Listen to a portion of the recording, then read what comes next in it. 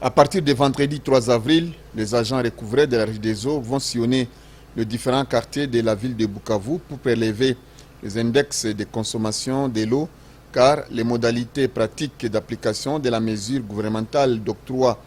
de la fourniture d'eau à titre gratuit ne concernent que la ville de Kinshasa.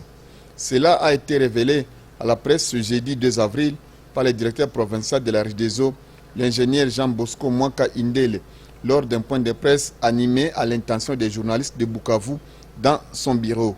L'ingénieur Jean Bosco Mwanka Indele a exhorté les abonnés de la Régie des eaux d'accueillir humblement les agents de la Régie des eaux et de les faciliter la tâche comme c'était avant, car cela va permettre à la Régie des eaux de maintenir le cap. Cette mesure s'est décidée à Kinshasa le mercredi 1er avril, à l'issue d'une réunion entre le ministère national de l'énergie, ressources hydrauliques, la Régie des eaux et la SNEL.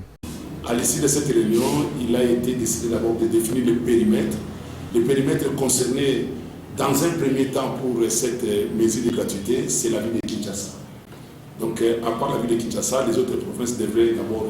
travailler comme d'habitude. La Régie des eaux commence à les relever des index demain pour pouvoir faire la facturation en attendant d'autres instructions. Mais nous demandons à la population de nous accompagner dans les paiements de factures, étant donné que le coronavirus, une des instructions, c'est de se laver les mains régulièrement et nous devons disponibiliser de l'eau et pourquoi pas installer certains points